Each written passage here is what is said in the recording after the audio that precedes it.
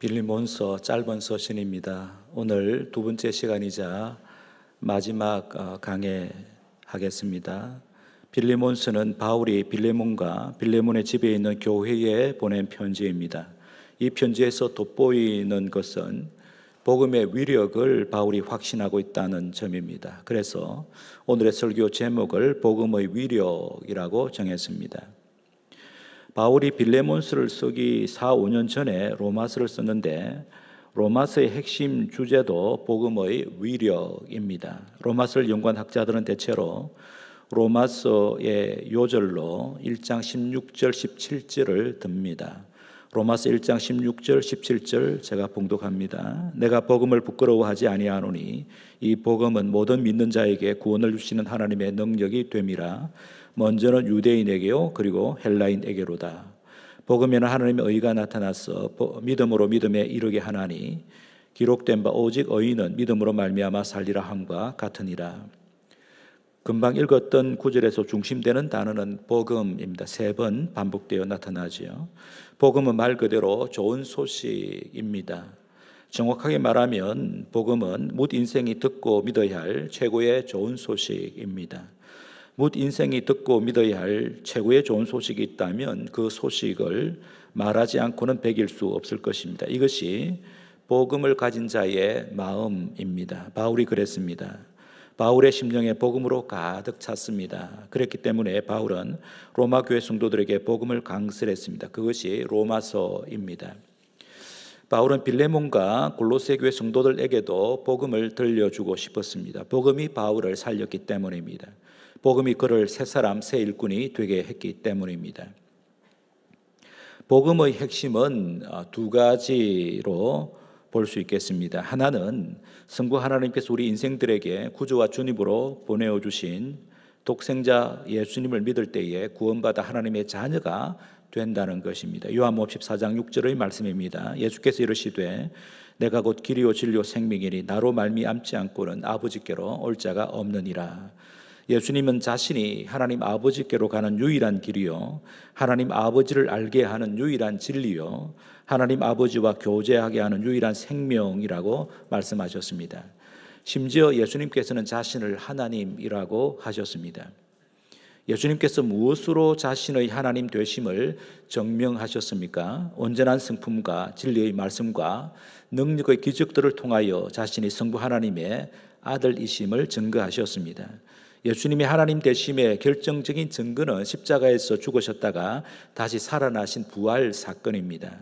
그래서 예수님의 성품과 행적과 말씀을 곁에서 보고 들었던 사도들이 이렇게 외쳤습니다. 사도행전 4장 12절입니다. 다른 이로서는 구원을 받을 수 없나니 천하 사람 중에 구원을 받을 만한 다른 이름을 우리에게 주신 일이 없음이라 하였더라. 예수님만이 우리의 유일한 길이라는 뜻입니다. 천국에 들어가는 길, 하나님께로 가는 길은 오직 한 길밖에 없습니다. 하나님께서 오직 한 길만을 주셨기 때문입니다. 그 길이 바로 하나님의 아들 예수 그리스도이십니다. 그러하기에 예수님을 주님과 구주로 믿어야 구원받습니다. 이것이 성경이 말씀하는 복음의 핵심 내용입니다. 복음의 핵심 내용을 사도 요한이 기록한 요한복음에 잘 기록하고 있습니다. 요한복음 1장 12절입니다. 영접하는 자, 곧 그 이름을 믿는 자들에게는 예수님을 영접하는 자, 곧 예수님을 구주와 주님으로 믿는 자들에게는 하나님의 자녀가 되는 권세를 주셨으니 요한복음 3장 16절입니다. 하나님이 세상을 이처럼 사랑하사 독생자를 주셨으니 예수님을 주셨으니 이는 그를 믿는 자마다 예수님을 믿는 자마다 멸망하지 않고 영생을 얻게 하려 하심이라. 하나님의 아들이신 예수님을 구주와 주님으로 믿고 환영하면 누구든지 영생을 얻는다고 성경은 약속합니다. 십자가에서 우리의 죄를 속하시려고 대신 죽으신 예수님을 믿을 때에 우리의 모든 죄가 사함받습니다. 죽으셨다가 다시 살아나신 예수 그리스도를 믿을 때에 영생을 얻습니다. 죽어도 다시 사는 영생의 사람이 됩니다. 복음의 핵심 내용 가운데 다른 하나는 복음을 믿는 사람들에게 복음의 능력이 나타난다는 것입니다. 복음을 받아들인 자는 복음의 능력으로 삽니다. 성전 미문에 앉아서 구걸하던 안전뱅이에게 은과 금은 내게 없거니와 내게 있는 것으로 내게 주노니 곧 나사렛 예수 그리스도의 이름으로 걸으라 라고 외쳤던 베드로처럼 믿음의 사람, 능력의 사람이 됩니다. 그러므로 복음의 위력을 경험한 자는 복음을 부끄러워하지 않습니다. 복음을 전하지 않고는 배길 수 없습니다. 복음을 믿을 뿐만 아니라 복음 안에서 삽니다. 한번 붙잡은 복음을 결코 놓지 않습니다. 더 정확하게 말하면 복음이 우리를 붙잡습니다. 복음에 붙잡힌 사람은 세상이 감당할 수 없는 사람이 됩니다. 사도 바울이 그랬습니다. 성경의 인물 가운데 복음의 위력을 생생하게 경험한 사람을 손꼽으라고 한다면 단연 바울일 것입니다. 그가 부활하신 예수님을 만나기 전에는 복음을 비난하고 회방했습니다. 복음을 믿고 전하는 사람들과 교회를 박해하는 데 앞장섰습니다. 하지만 다메섹 도상에서 부활하신 예수님을 만나 회심한 다음으로는 복음을 위해 살았습니다. 마지막까지 복음을 위해 살다가 복음 때문에 죽었습니다. 신약 성경 가운데 바울의 동역자인 누가가 쓴 사도행전과 바울이 쓴 13편의 편지 글들을 보면 바울을 사로잡은 복음의 위력이 얼마나 강력한지 넉넉히 우리는 알 수 있습니다. 바울이 전한 복음 때문에 인생이 바뀐 자들이 참 많았습니다. 대표적으로 빌레몬스의 공동 발신인인 디모데와 바울과 함께 빌레몬과 골로새 교회에 문안 인사를 하고 있는 에바브라와 아리스다고와 누가를 들 수 있습니다. 이들도 복음에 매료되어 바울처럼 복음의 일꾼들이 되었습니다. 그 외에도 수많은 사람들이 복음의 일꾼들이 되었습니다.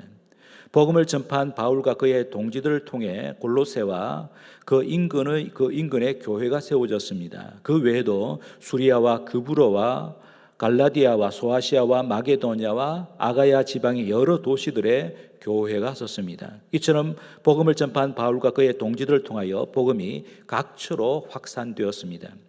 1세기의 초대교회 때만 아니라 지금도 복음은 계속하여 확산되고 있습니다. 복음이 들어간 곳마다 큰 변화가 일어났습니다. 복음으로 인하여 한국 사회도 크게 변화되었습니다. 그 증거가 우리들입니다. 57년의 역사를 가진 우리 한박교회도 복음의 위력으로 산출된 열매라고 할 수 있겠습니다. 복음의 위력은 예수님께서 재림하실 때까지 이 땅에서 계속 확장될 것입니다. 이제 우리가 살펴볼 오네시모와 빌레몬도 복음의 위력을 생생하게 경험한 자들입니다. 특히 바울은 빌레몬이 복음의 위력을 유감없이 발휘하게 될 것을 확신했습니다. 바울은 새롭게 변화된 오네시모를 자기 곁에 머물게 하고 싶었지만 주인 빌레몬에게로 돌려보낸다고 합니다. 12절의 말씀입니다. 그러면서 빌레몬에게 편지를 써서 두기고와 오네시모 편으로 보냈는데 그 편지가 오늘 우리가 보고 있는 빌레몬서입니다. 오늘 본문에서 바울은 오네시모의 변화를 다양하게 묘사하고 있습니다. 10절에서 바울은 오네시모를 갇힌 자 중에서 낳은 아들이라고 말합니다. 여러 번 말씀드린 대로 빌레몬의 종이었던 오네시모가 주인 빌레몬에게 뭔가 큰 손해를 입히고는 로마로 도망쳤는데 거기서 바울을 만나 복음을 듣고 회심하여 주님 안에서 신실하고 사랑받는 형제가 되었습니다. 그때 바울이 로마의 한 셋집에서 연금 생활을 하고 있었기 때문에 오네시모를 갇힌 자 중에서 낳은 아들이라고 표현합니다. 여기에 아들은 육신의 아들이 아니라 영적인 아들이라는 뜻이겠지요. 11절에서 바울은 오네시모가 전에는 빌레몬에게 무익했지만 지금은 자신과 빌레몬에게 유익한 자가 되었다고 말합니다. 오네시모라는 이름의 뜻은 유용한 자, 유익한 자라는 뜻입니다. 오네시모가 이전에는 자기의 이름에 걸맞지 않게 살았는데 이제는 그 이름대로 모두를 유익하게 하는 자로 살고 있다는 것입니다. 이제 오네시모가 하나님의 자녀, 그리스도의 제자, 성령의 사람, 새사람, 복음의 사람, 복음의 일꾼이 되었다라는 뜻입니다. 12절에서 바울은 오네시모를 나의 신복이라고 말합니다. 신복은 원어로 심장입니다. 사람에게 심장은 아주 소중하지요. 그처럼 오네시모가 바울에게 아주 소중한 사람이라는 뜻입니다. 그래서 17절에서 오네시모가 이르거든 나를 영접하듯이 영접하라고 바울이 빌레몬에게 부탁합니다. 13절 14절에서 바울은 오네시모를 복음의 동력자로 자기 곁에 두고 싶지만 빌레몬에게로 돌려보낸다고 말합니다. 오네시모와의 관계를 정리할 우선권이 오네시모의 육신의 주인인 빌레몬에게 있기 때문입니다. 하지만 이 지점에서 바울은 오네시모가 복음의 일꾼으로 바울과 동력할 만큼 크게 성장했음을 빌레몬에게 알려주고 있습니다. 15절, 16절 한번 보시기 바랍니다. 15절 16절입니다. 아마 그가 오네시모입니다. 잠시 떠나게 된 것은 빌레몬을 잠시 떠나게 된 것은 너로 하여금 그를 영원히 두게 함이리니 그 이후로는 종과 같이 대하지 아니하고 종 이상으로 곧 사랑받는 형제로 둘 자라. 내게 특별히 거러하거든 하물며 육신과 주 안에서 상관된 내게랴. 오네시모가 자기 마음대로 주인인 빌레몬에게서 떠났지만 그 배후에 하나님의 섭리가 있었다고 바울이 해석하고 있습니다. 모든 것을 함정까지 선을 이루시는 하나님께서 오네시모를 변화시키셔서 바울에게는 물론 빌레몬에게도 영원히 사랑받는 형제가 되게 하셨다는 것입니다. 그러하기에 빌레몬이 하나님의 섭리를 기뻐하면서 오네시모를 형제로 받아들이는 것이 마땅하다고 바울은 설득합니다. 여기서 우리는 다시 확인하게 됩니다. 바울과 오네시모와 빌레몬이 복음의 일꾼이 된 것은 복음 안에 사람을 변화시키는 불가항력적인 힘이 있기 때문입니다. 그런데 복음의 위력은 개인의 변화를 넘어 하나님의 가족 공동체인 교회를 건강하게 세웁니다. 교회를 세우는 복음의 위력에 관하여 바울은 자신의 여러 편지 글에서 반복하여 말씀했습니다. 2주 전에 강해를 마친 골로새서에서도 바울은 교회를 세우는 복음의 위력을 선포했습니다. 골로새서 3장 11절의 말씀입니다. 거기에는 헬라인이나 유대인이나 할레파나 무할레파나 야만인이나 스구디아인이나 종이나 자유인이 차별이 있을 수 없나니 오직 그리스도는 만유시요 만유 안에 계시니라. 갈라디아서에서도 같은 말씀을 선포합니다. 갈라디아서 3장 28절입니다. 너희는 유대인이나 헬라인이나 종이나 자유인이나 남자나 여자나 다 그리스도 예수 안에서 하나이니라. 그리스도 안에서 새롭게 창조된 하나님의 가족 공동체 안에는 더 이상 인종이나 문화나 신분이나 성의 구분에 근거한 차별이 없어졌다는 뜻입니다. 그리스도를 믿는 사람은 누구나 새로운 피조물이요 누구나 하나님의 자녀입니다. 하나님 아버지 앞에서 모두 존귀한 가족들입니다. 사람들을 이런저런 이유로 분리하고 차별하던 세상의 모든 장벽들이 무너지고 하나님의 가족 공동체가 생겼는데 그것이 바로 교회입니다. 그러므로 빌레몬은 오네시모를 종이 아니라 그리스도 안에서 한 형제로 기쁘게 받아야 마땅하다고 바울이 말한 것입니다. 그렇게 하는 것이 복음에 합당하게 행하는 것이고 그래야 교회다운 교회가 되는 것이기 때문입니다. 21절에서는 바울이 요청한 대로 빌레몬이 오네시모를 형제로 기쁘게 받아들일 뿐만 아니라 그보다도 더 큰 결단과 실천을 감행할 것이라고 바울은 확신합니다. 21절 보시기 바랍니다. 나는 내가 순종할 것을 확신함으로 내게 쓴노니 내가 말한 것보다 더 행할 줄을 아노라. 바울이 확신한 빌레몬의 더 큰 결단과 실천이란 오네시모를 종의 신분에서 면천하여 자유인으로 해방시키는 것을 뜻합니다. 바울은 빌레몬의 하나님을 향한 믿음과 형제들을 향한 사랑과 복음에 합당하게 살려는 결단과 헌신을 믿어 의심하지 않았기 때문에 빌레몬이 오네시모를 기꺼이 종의 신분에서 해방시켜 자유인이 되게 할 것으로 확신한 것입니다.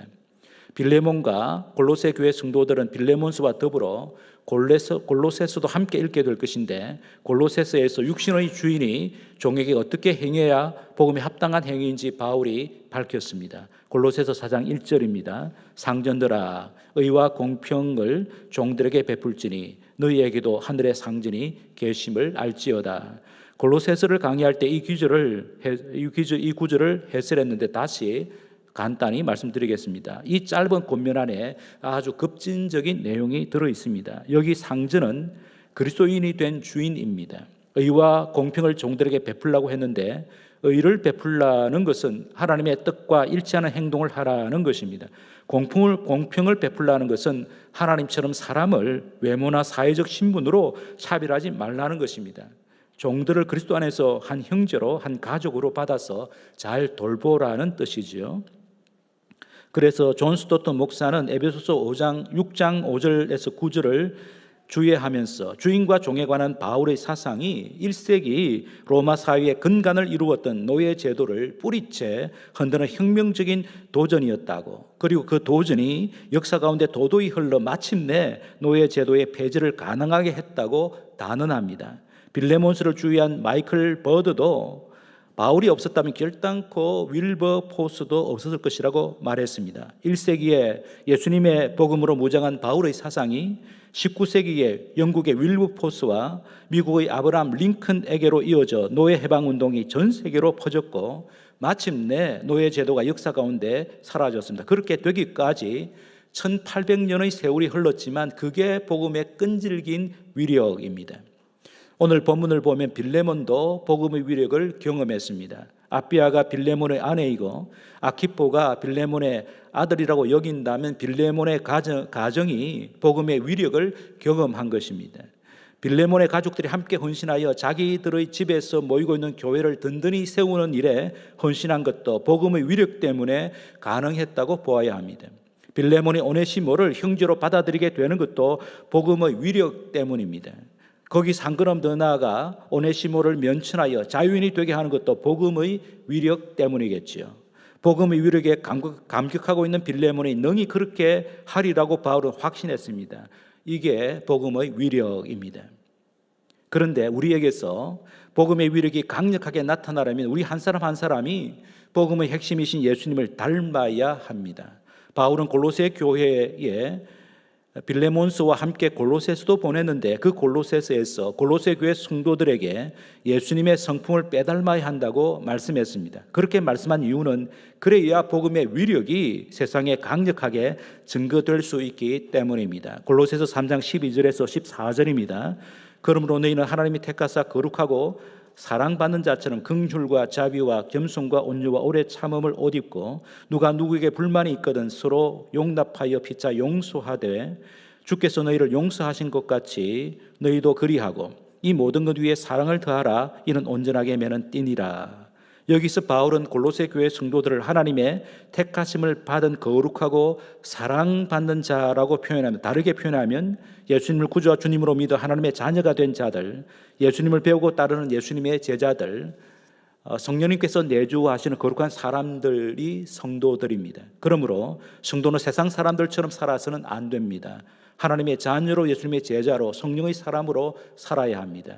그런데 감사하게도 성도인 우리가 지금 여기서 어떻게 살아야 하는지 예수님께서 아주 명확하게 보여주셨습니다. 성자 예수님께서 이 세상에 오셔서 3년간 제자들과 함께 지내시면서 자신의 생각과 성품과 말과 행동을 구체적으로 보여주셨습니다.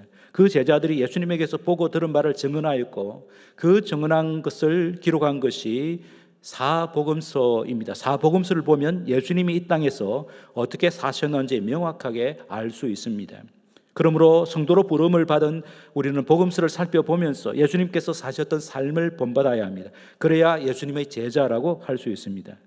예수님은 이 땅에서 어떻게 사셨습니까? 우선적으로 예수님은 보이지 않는 성부 하나님의 성품을 온전히 드러내셨습니다. 그래서 예수님을 보면 성부 하나님의 성품이 확연하게 보입니다.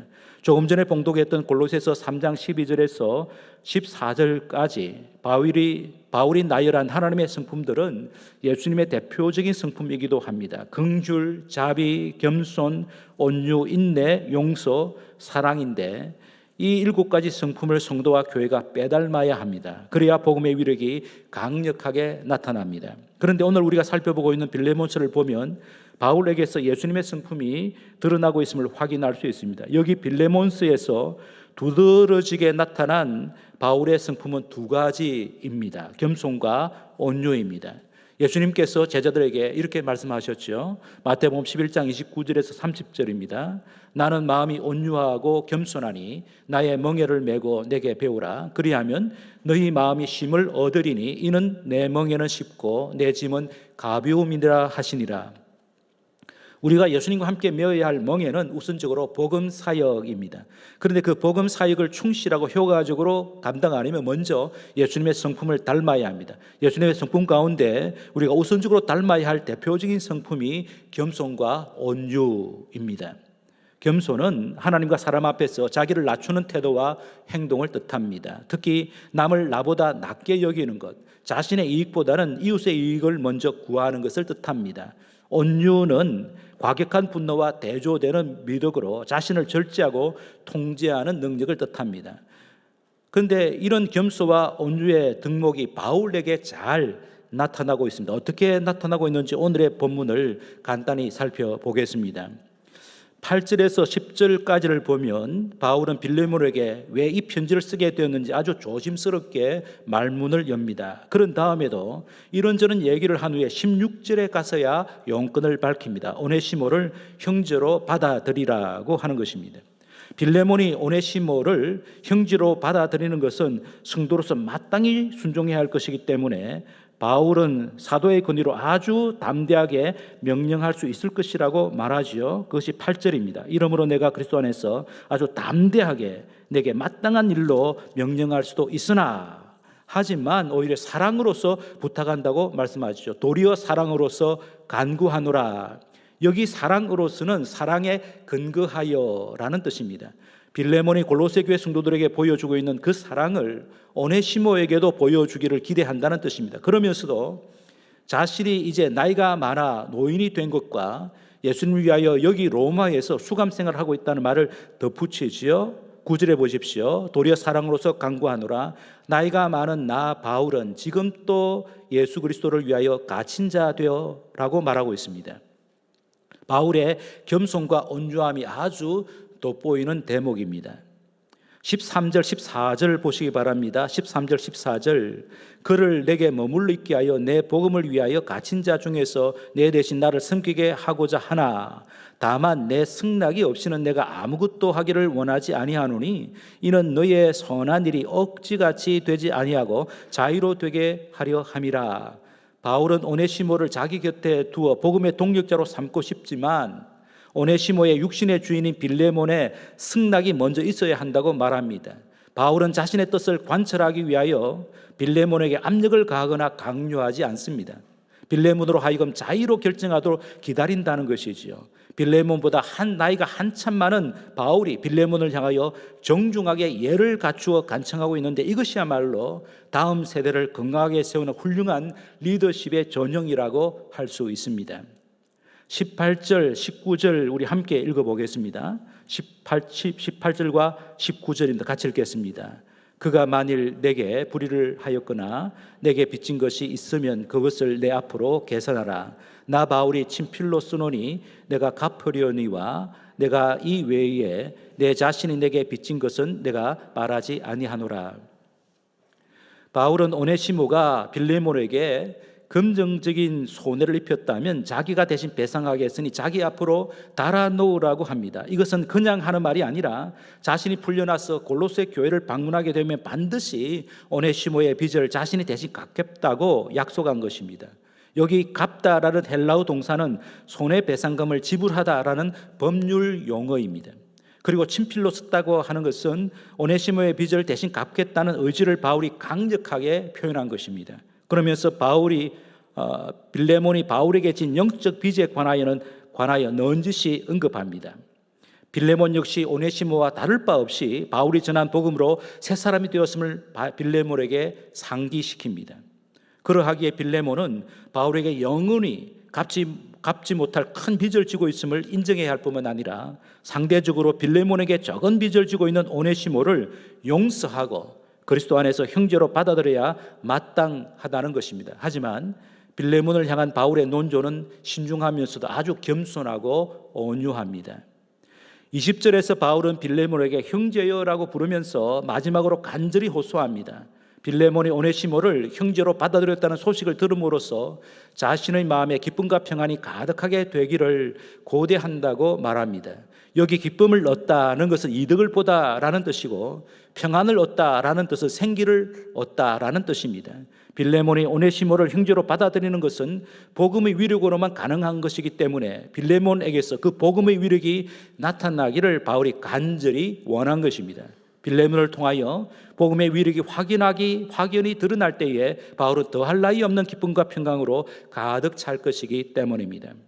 성도 여러분, 우리 자신과 교회의 현실을 보면 부족하고 연약한 부분이 참 많습니다. 자주 실패하고 넘어지지요. 하지만 우리 성도와 교회가 복음에 사로잡히면 강해집니다.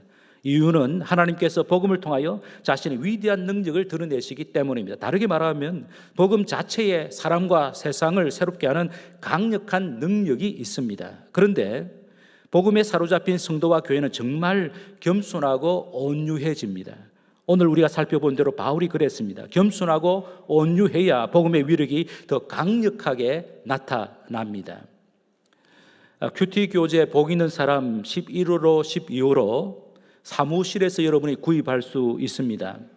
고려신학대학원에서 교수 사역을 하다가 은퇴하신 박영돈 목사님께서 복 있는 사람 11호로 12호로 권두원 격으로 나 같은 사람도 변화할 수 있을까라는 제목의 글을 기고했습니다. 아주 좋은 글입니다. 나중에 여러분 구입해서 그걸 한번 읽어보시기 바랍니다. 이런 이야기가 실려 있습니다. 내비게이션이 없던 시절에 박 목사님의 사모님께서 조수석에 앉아 지도를 보고 길을 가르쳐 주셨는데 실수하여 잘못 가르쳐 주시면 박 목사님께서 불같이 화를 냈다고 합니다. 그럴 때마다 사모님께서는 속이 상하여 그것을 기도 일기에 기록하여 하나님께 일러 바쳤다고 합니다. 오랜 시간이 흘러 요즘에는 박 목사님이 천사 같다고 사모님께서 자주 말씀하신다고 합니다. 그런데 사모님께서는 박 목사님이 성질을 부릴 때에도 언젠가는 변화될 것을 내다보셨다고 합니다. 성도 여러분, 성도와 교회의 목표는 예수님을 빼닮는 것인데 과연 우리가 그렇게 될 수 있을까요? 우리의 지난날 실패한 경험들을 보면 불가능한 것처럼 보입니다. 하지만 하나님을 보면 가능합니다. 우리 안에 내주하고 계시는 성령님을 의지하면 가능합니다. 그 성령님께서 우리를 도우셔서 예수님을 빼닮게 하십니다. 그때 성령님께서 사용하시는 도구가 하나님의 말씀입니다. 좁혀 말하면 하나님의 복음입니다. 그 복음 안에 사람과 세상을 새롭게 하고 온전하게 하는 불가항력적인 능력이 있습니다. 오늘의 설교 제목처럼 그것이 바로 복음의 위력입니다.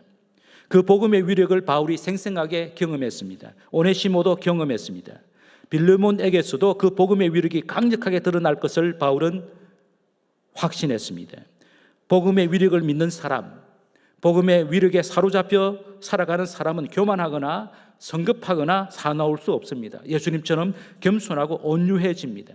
자신의 지혜와 힘이 아니라 하나님께서 사용하시는 복음이 사람과 세상을 새롭게 하고 온전하게 할 것임을 믿기 때문입니다. 금주 한 주간도 복음의 위력에 사로잡혀 살아가시는 저와 여러분 되시기를 주님의 이름으로 축복합니다. 이제 말씀을 생각하면서 우리 함께 기도하겠습니다. 먼저 감사하시기 바랍니다. 하나님께서 복음을 들려주시고 예수님을 구주와 주님으로 믿게 하여 주셔서 하나님의 자녀가 되게 하신 것, 이거 복음의 위력 아닙니까? 이것 위하여 우리가 감사하며 기도하겠습니다. 그리고 간구하며 기도하시기 바랍니다. 이제부터 복음으로 살게 하여 주시옵소서. 복음의 위력에 사로잡혀서 예수님을 빼닮게 하여 주시옵소서. 그래서 나만 아니라 행복한 가정을 이루게 하시고 건강한 교회를 세우게 하여 주시고 가족들과 친구들과 이웃들을 주님께 인도하게 하여 주시옵소서. 복음의 능력을 생생하게 맛보고 전하는 저희들이 되게 하여 주시옵소서. 서로 축복하면서 함께 기도하겠습니다.